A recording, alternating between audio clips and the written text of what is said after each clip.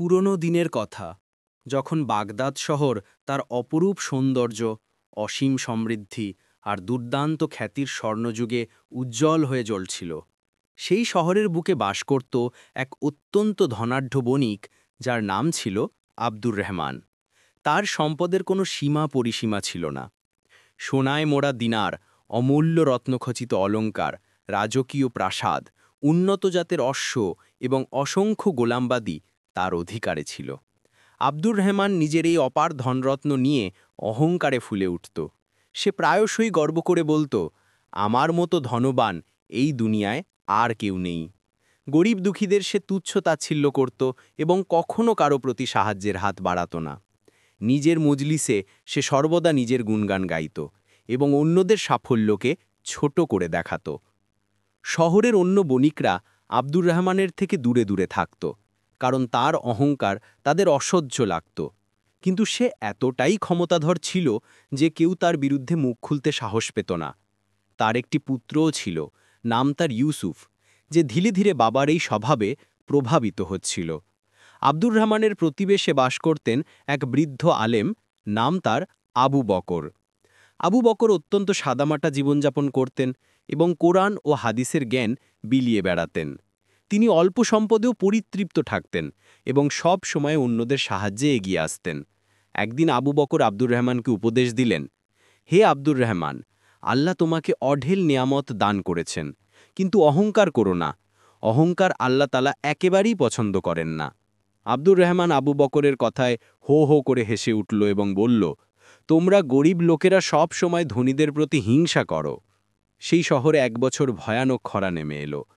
বৃষ্টি না হওয়ায় ফসল একেবারে শুকিয়ে গেল এবং মানুষেরা ক্ষুধায় কাতরাতে লাগল। গরিবরা দিন দিন দুর্বল হয়ে পড়ছিল। কিন্তু আব্দুর রহমানের নিজের অঢেল সম্পদের কারণে তার কোনো চিন্তাই ছিল না। আবু বকর তার সামান্য সঞ্চয় দিয়ে গরিবদের সাহায্য করা শুরু করলেন। তিনি নিজের বাড়িকে সাফিরখানায় পরিণত করলেন, যেখানে ক্ষুধার্তরা এসে খাবার পেত। যখন লোকেরা আব্দুর রহমানের কাছে সাহায্য প্রার্থনা করতে এলো, তখন সে তাদের ধমক দিয়ে তাড়িয়ে দিল এবং বলল, আমাকে কেন বিরক্ত করছো? খরার দিনগুলিতে আব্দুর রহমান তার মজুদ শস্য কিনে গুদামে মজুদ করল, যাতে পরে ৩ গুণ দামে বিক্রি করতে পারে। সে ভাবল, এটা আমার আরও ধনী হওয়ার সুবর্ণ সুযোগ। তার গুদামগুলিতে শস্যের বস্তা ঠাসা ছিল, অথচ শহরের মানুষেরা ক্ষুধায় ছটফট করছিল। এক রাতে আব্দুর রহমান নিজের প্রাসাদে আরামে ঘুমোচ্ছিল। হঠাৎ সে এক অদ্ভুত স্বপ্ন দেখল। স্বপ্নে এক বৃদ্ধ, যার মুখমণ্ডল আলোকিত, তাকে বলল, আব্দুর রহমান, তোমার অহংকার তোমাকে ধ্বংস করে দেবে। আল্লাহ তোমাকে শেষ সুযোগ দিয়েছেন, নিজের ভুল থেকে ফিরে এসো। আব্দুর রহমান ভয়ে ঘুম ভেঙে উঠল, কিন্তু পরক্ষণই হেসে উড়িয়ে দিল। কি অর্থহীন স্বপ্ন! আমি এই দুনিয়ার সবচেয়ে শক্তিশালী বণিক, আমার কি ক্ষতি হতে পারে? পরের দিন সকালে সে স্বপ্ন ভুলে আবার নিজের কাজে মন দিল। সে জানত না যে তার জীবনে এক মহা পরিবর্তন আসন্ন। খরা টানা ৩ মাস ধরে চলল। আব্দুর রহমান তার মজুদ শস্যের দাম ৩ গুণ বাড়িয়ে দিল। বাজারে তার দোকানের লোকের লম্বা লাইন পড়ে গেল। লোকেরা তাদের সন্তানদের মুখে অন্ন তুলে দেওয়ার জন্য গহনা এবং দামি জিনিসপত্র পর্যন্ত বিক্রি করছিল। ইউসুফ তার বাবার এই নিষ্ঠুর কাজ দেখে অস্থির হয়ে উঠল। একদিন সে বাবাকে বলল, আব্বু, এরা আমাদের প্রতিবেশী, আমাদের এদের সাহায্য করা উচিত। আব্দুর রহমান রাগে ফেটে পড়ল, চুপ কর, ব্যবসায় আবেগের কোনো স্থান নেই, এরা সবাই দুর্বল মানুষ। অন্যদিকে আবু বকর নিজের সমস্ত জিনিসপত্র বিক্রি করে গরিবদের মাঝে বিলিয়ে দিলেন। তিনি নিজেও দুর্বল হয়ে পড়েছিলেন, কিন্তু সাহায্য বন্ধ করলেন না। লোকেরা তার কাছে এসে দোয়া নিত। আবু বকর বলতেন, আল্লাহর নেয়ামত ভাগ করে নেওয়ার জন্য, লুকিয়ে রাখার জন্য নয়। আব্দুর রহমান অভিযোগ করতে লাগল যে তার শত্রুরা আগুন লাগিয়েছে। সে অনেক গরিবকে গ্রেফতার করালো, কিন্তু কোনো প্রমাণ মেলেনি। শহরের কাজী, যিনি ন্যায়পরায়ণ ছিলেন, তাকে বোঝাতে এলেন, আব্দুর রহমান, নিজের মন থেকে ঘৃণা বের করে দাও, হয়তো এটা আল্লাহর পক্ষ থেকে তোমার জন্য পরীক্ষা। আব্দুর রহমান কাজীর কথা শুনতে রাজি হল না এবং বলল, আমি আবার ব্যবসা দাঁড় করাবো এবং এবার তার চেয়েও বেশি সম্পদ অর্জন করব। সে কর্মচারীদের ওপর অত্যাচার শুরু করল এবং দিন-রাত কাজ করিয়ে নিতে লাগল। এখন তার মুখ থেকে হাসি একেবারে উবে গিয়েছিল। কয়েকদিন পর শহরে এক কাফেলা এলো। কাফেলার সর্দার ছিলেন একজন নেক দিল বণিক, নাম তার ওমর। ওমর শুনেছিলেন শহরে খরা পড়েছে, তাই তিনি বিনামূল্য শস্য এবং প্রয়োজনীয় জিনিসপত্র নিয়ে এসেছিলেন। ওমর শহরের ময়দানে ঘোষণা করলেন যে যার প্রয়োজন সে এসে নিক। লোকের আনন্দে তার কাছে ছুটে গেল। যখন আব্দুর রহমান এই খবর পেল তার রাগ হল, কারণ এখন তার বেঁচে থাকা সামান্য শস্যের দাম কমে গেল। ইউসুফ ওমরের সাথে দেখা করতে গেল এবং তার উদারতায় মুগ্ধ হল। ওমর তাকে বললেন, সম্পদের চেয়ে মানুষের দোয়া বড়, আল্লাহর নেয়ামত পরীক্ষা, যা অন্যদের সাথে ভাগ করে নেওয়া উচিত। এই কথাগুলি ইউসুফের হৃদয় গভীরভাবে গেঁথে গেল। যখন ইউসুফ বাড়ি ফিরল, তখন দেখল আব্দুর রহমান অসুস্থ হয়ে পড়েছে। রাগ, উত্তেজনা এবং ক্ষতির কারণে তার তীব্র জ্বর হয়েছিল। সে বিছানায় কাতরাচ্ছিল। ইউসুফ তার বাবার মাথায় হাত রাখল এবং ভাবতে লাগল যে এই সবকেই আব্দুর রহমানের অহংকারের ফল। আব্দুর রহমানের অসুস্থতা দিন দিন বাড়তে লাগল। শহরের হাকিমরা এলেন, ওষুধ দিলেন, কিন্তু কোনো ফল মেলেনি। ইউসুফ দিনরাত তার বাবার সেবায় লেগে থাকত। আব্দুর রহমানের চেহারা ফ্যাকাশে হয়ে গিয়েছিল এবং সে সবসময় তার হারানো সম্পদের জন্য শোক করত। আমার সম্পদ, আমার শস্য সব নষ্ট হয়ে গেল। আব্দুর রহমানের ব্যবসা ক্রমাগত লোকসানে যাচ্ছিল। তার ঋণদাতারা, যারা আগে তাকে ভয় পেত, এখন ঋণ ফেরত দিতে অস্বীকার করতে লাগল। তার গোলামবাদীরা একে একে তাকে ছেড়ে চলে গেল। তার প্রাসাদ, যা কখনো অতিথিদের ভিড়ে জমজমাট থাকত, এখন জনশূন্য হয়ে গিয়েছিল। যখন আবু বকর আব্দুর রহমানের অসুস্থতার খবর পেলেন, তখন তিনি সাথে সাথে দেখা করতে এলেন। তিনি ঘরে ঢুকে দেখলেন যে আব্দুর রহমান বিছানায় পড়ে কাতরাচ্ছে। আবু বকর তার মাথায় হাত রাখলেন এবং দোয়া করলেন, আল্লাহ আপনাকে শিফা দিক।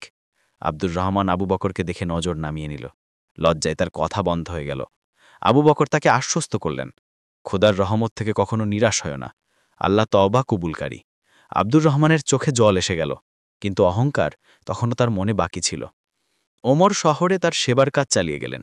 তিনি জানালেন যে অন্য শহরগুলিতেও খরা পড়েছে, কিন্তু লোকেরা মিলেমিশে একে অপরের সাহায্য করছে। ওমরের কথা শুনে শহরের লোকেরাও নিজেদের মধ্যে সহযোগিতা শুরু করে দিল। ধনী আর গরিব সবাই একে অপরের সাহায্যকারী হয়ে উঠল। ইউসুফও ওমরের সাথে যোগ দিল। সে তার বাবার অনুমতি ছাড়াই বাড়িতে বেঁচে থাকা শস্য এবং সম্পদ গরিবদের মধ্যে বিলিয়ে দেওয়া শুরু করল।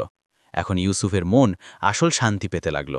সে প্রথমবার অনুভব করল যে আসল সুখ অন্যদের সাহায্য করার মধ্যেই আছে। এক রাতে ইউসুফ তার বাবার কাছে বসেছিল, তখনই আব্দুর রহমান চোখ খুলল এবং জিজ্ঞেস করল, আমার ঘরে কি হচ্ছে?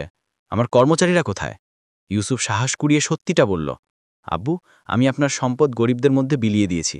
আব্দুর রহমানের মুখে রাগ ফুটে উঠল এবং সে চিৎকার করতে লাগল, তুমি আমার কষ্টের রোজগার নষ্ট করে দিয়েছ, তুমি আমার ছেলে নও। ইউসুফ লজ্জিত হয়ে চুপ করে গেল। তখনই হঠাৎ আব্দুর রহমানের অবস্থা খারাপ হতে লাগল। তার শ্বাস নিতে কষ্ট হতে লাগল। ইউসুফ সাথে সাথে আবু বকরকে ডাকল। আবু বকর ছুটে এলেন এবং আব্দুর রহমানের নাড়ি দেখলেন। তিনি চিন্তিত হয়ে বললেন, এর অবস্থা খুব খারাপ। তারপর ঝুঁকে আব্দুর রহমানের কানে বললেন, নিজের মন থেকে অহংকার বের করে দাও, আল্লাহর কাছে ক্ষমা চাও, এখনও সময় আছে। আব্দুর রহমানের চোখে জল ভরে এলো। সে আকাশের দিকে দেখল। কি সে নিজের ভুল বুঝতে পেরেছিল? কি সে নিজের অহংকার থেকে তওবা করবে? ইউসুফ আর আবু বকর চুপচাপ দোয়া করছিল এবং বাইরে মেঘ ডাকতে শুরু করেছিল, যেন আকাশও আব্দুর রহমানের সিদ্ধান্তের অপেক্ষা করছিল।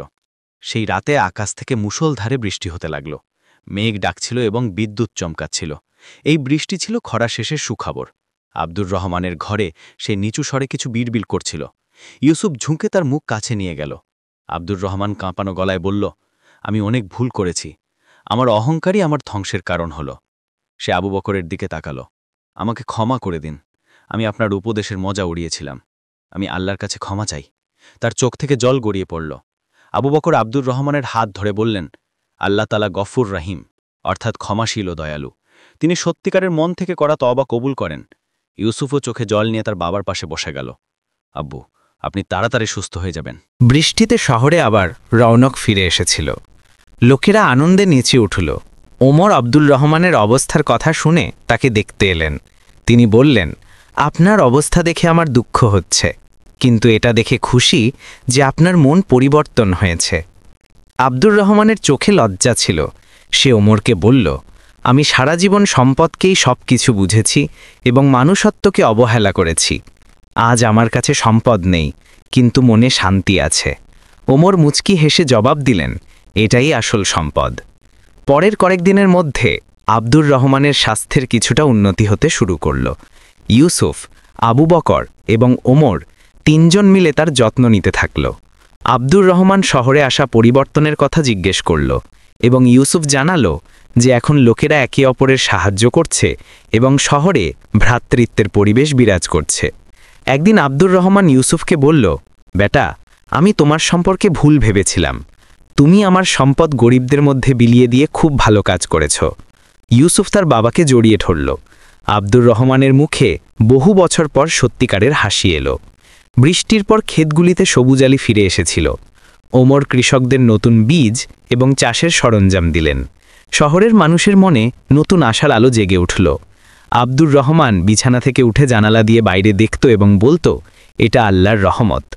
এক সকালে আব্দুর রহমান ইউসুফ এবং আবু বকরকে নিজের কাছে ডাকল এবং বলল, আমি সিদ্ধান্ত নিয়েছি যে আমার যে সামান্য মাল এখনও বেঁচে আছে তা গরিবদের দেওয়া হবে। আমার প্রাসাদকে একটি মাদ্রাসা বানিয়ে দেওয়া হোক, যেখানে গরিব শিশুরা জ্ঞান অর্জন করতে পারবে।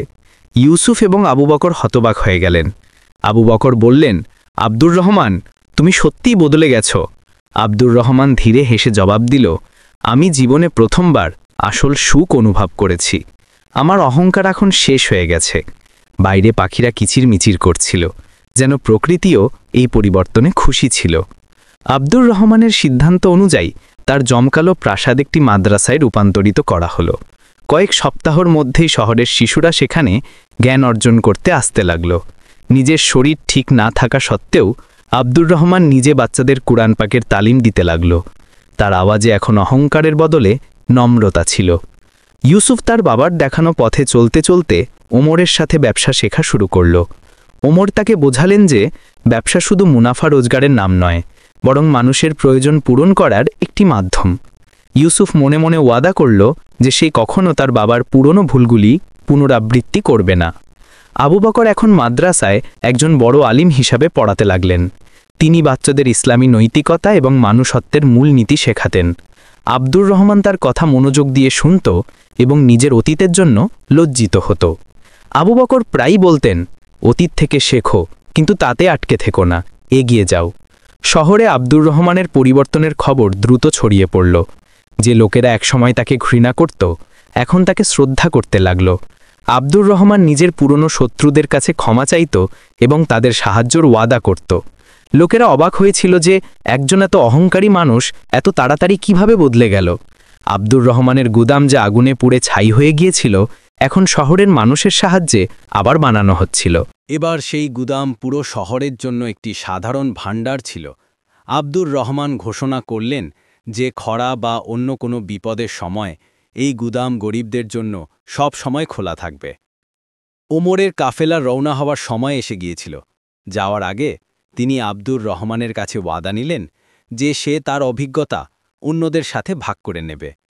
ওমর বললেন, আব্দুর রহমান, তোমার গল্প অনেকের জন্য শিক্ষা হবে, বিশেষ করে তাদের জন্য যারা অহংকারে ডুবে আছে। খরার পর শহরে আবার সমৃদ্ধি ফিরে এসেছিল। ক্ষেত সবুজ হয়ে উঠল এবং বাজারে আবার রৌনক আসতে লাগল। আব্দুর রহমানের স্বাস্থ্য ভালো হচ্ছিল এবং সে মাদ্রাসার কাজে অংশগ্রহণ করতে লাগল। সে বিশেষভাবে এতিম এবং গরিব বাচ্চাদের শিক্ষার দিকে নজর দিত। একদিন আব্দুর রহমান মাদ্রাসার উঠোনে বসে বাচ্চাদের দেখছিল। হঠাৎ তার নজর এক নওজোয়ানের উপর পড়ল যে ঘাবড়ে গিয়ে ভিতরে এলো। আব্দুর রহমান তাকে চিনতে পারল। এই সেই নওজোয়ান যাকে সে খরার সময় নিজের দরজা থেকে তাড়িয়ে দিয়েছিল। আব্দুর রহমান সাথে সাথে উঠে দাঁড়াল এবং সেই নওজোয়ানের কাছে গেল। সে নিজের পুরানো পাপের স্বীকারোক্তি করল এবং তার কাছে ক্ষমা চাইল। নওজোয়ান অবাক হয়ে গেল। সে কখনো ভাবেনি যে আব্দুর রহমানের মতো অহংকারী মানুষ এমন নম্রতা দেখাবে। দুজনের চোখে জল ছিল আর হৃদয় শান্তি। এখন আব্দুর রহমান প্রতিদিন মাদ্রাসায় বাচ্চাদের এই শিক্ষা দিত যে অহংকার কিভাবে মানুষকে ধ্বংস করে। সে তার গল্প শোনাত এবং উপদেশ দিত যে সব সময় বিনয়ী এবং দয়ালু থাকো। তার জীবন এখন আগের চেয়ে অনেক বেশি গুরুত্বপূর্ণ ছিল। আব্দুর রহমান আল্লাহর শুকরিয়া আদায় করল যে তাকে সময় থাকতে বোধোদয় হয়েছিল। 5 বছর কেটে গিয়েছিল। আব্দুর রহমানের মাদ্রাসা এখন পুরো এলাকায় বিখ্যাত হয়ে গিয়েছিল। দূর দূরান্তের এলাকা থেকে ছাত্ররা সেখানে জ্ঞান অর্জন করতে আসত। আব্দুর রহমানের স্বাস্থ্য আগের চেয়ে ভালো ছিল, কিন্তু অসুস্থতা তাকে দুর্বল করে দিয়েছিল। সে প্রায় বলতো আমার অসুস্থতা আমার জন্য আল্লাহর রহমত হয়েছে। এটি আমাকে অহংকার থেকে বের করে দিয়েছে। ইউসুফ এখন একজন সফল ব্যবসায়ী হয়ে উঠেছিল, কিন্তু তার বাবার উল্টো সে সব সময় ন্যায় এবং সততার উপর চলত। নিজের লাভের একটি অংশ সে প্রতিবার গরিবদের মধ্যে বিলিয়ে দিত। লোকেরা এখন তাকে আদিল তাজির নামে জানত। আব্দুর রহমান তার ছেলেকে নিয়ে গর্ববোধ করত এবং আল্লাহর শুকরিয়া আদায় করত। আবু বক্কর এখন বৃদ্ধ হয়ে গিয়েছিলেন, কিন্তু তার মুখে আলো ঝলকাত। তিনি আব্দুর রহমানের সাথে বসে ইসলামী তালিম এবং হিকমতের কথা বলতেন। একদিন তিনি মুচকি হেসে বললেন, আব্দুর রহমান, তোমার জীবন সাক্ষ্য দেয়, যখন মানুষ আল্লাহর দিকে ফেরে তখন আল্লাহ তাকে কখনো একা ছাড়েন না। শহরে এখন প্রতি বছর ইয়মে শুকরানা পালন করা হতো। সেই দিন যখন লোকেরা খরা শেষ হওয়া এবং আল্লাহর নেয়ামতগুলির জন্য শুকরিয়া আদায় করত। সেই দিন আব্দুর রহমান সবার সামনে নিজের গল্প শোনাত এবং লোকেদের অহংকার থেকে দূরে থাকার উপদেশ দিত। ছোট বড় সবাই চুপচাপ তার কথা শুনত। একদিন আব্দুর রহমান ওমরের বার্তা পেল যে সে আবার শহরে আসছে। আব্দুর রহমান খুব খুশি হল এবং তার অভ্যর্থনার প্রস্তুতি নিতে লাগল। যখন ওমর এলো তখন পুরো শহর আনন্দে মেতে উঠল। সে চারিদিকে দেখে বলল, আমি কখনো ভাবিনি যে এই শহর এত সুন্দরভাবে বদলে যাবে। পরে ওমর আব্দুর রহমানের সাথে একান্তে বললেন, আমি অনেক শহরে তোমার গল্প শুনিয়েছি এবং অনেক অহংকারী মানুষ তোমার গল্প শুনে বদলে গেছে। আব্দুর রহমান নম্রতার সাথে মাথা নিচু করল, আমি তো শুধু একটি শিক্ষা, আসল পরিবর্তন তো আল্লাহই দেন। তারপর ওমর হাসলেন এবং বললেন, আব্দুর রহমান, এখন একটি রাজ বলি, আমি কোনো সাধারণ ব্যবসায়ী নই, বরং খলিফার উজির। আমাকে এখানে পাঠানো হয়েছিল যাতে আমি এই শহরের অবস্থা দেখতে পারি। এই শুনে আব্দুর রহমান এবং ইউসুফ হতবাক হয়ে গেলেন। ওমর বললেন, তোমার গল্প এখন খলিফা পর্যন্ত পৌঁছে গেছে। ওমর আরও জানালেন, খলিফা হুকুম দিয়েছেন যে এই শহরকে মাদিনাতুল ইনসাব বলা হোক এবং তোমার মাদ্রাসাকে শাহী পৃষ্ঠপোষকতা দেওয়া হোক। আব্দুর রহমানের চোখে জল এসে গেল। সে বলল, এই সম্মান আমার নয়, এটা আল্লাহর মেহেরবানি। আমার মতো গুনাহগারের উপর এই পুরস্কার অদ্ভুত লাগে। পরের দিন যখন এই খবর পুরো শহরে ছড়ালো, তখন লোকেরা আব্দুর রহমানের মাদ্রাসায় জমা হয়ে গেল। আব্দুর রহমান বললেন, আমি আমার জীবনে দেখেছি যে অহংকার মানুষকে নামিয়ে দেয় এবং নম্রতা তাকে উচ্চতায় নিয়ে যায়। এটা আল্লাহর আইন, যা কখনো বদলায় না। আব্দুর রহমানের জীবনের শেষ দিনগুলি চলছিল, কিন্তু তার মুখে শান্তি ছিল। এক রাতে সে ইউসুফ এবং আবু বকরকে ডাকল এবং বলল, আমার সবচেয়ে বড় সাফল্য এটাই যে আমি অহংকার ছেড়ে দিয়েছি। আমার গল্প যেন আগামী প্রজন্মের জন্য শিক্ষা হয়। কিছুদিন পর আব্দুর রহমান এই দুনিয়া থেকে বিদায় নিল, কিন্তু তার গল্প, অহংকারের পরিণতি, সব সময় জিন্দা থাকবে।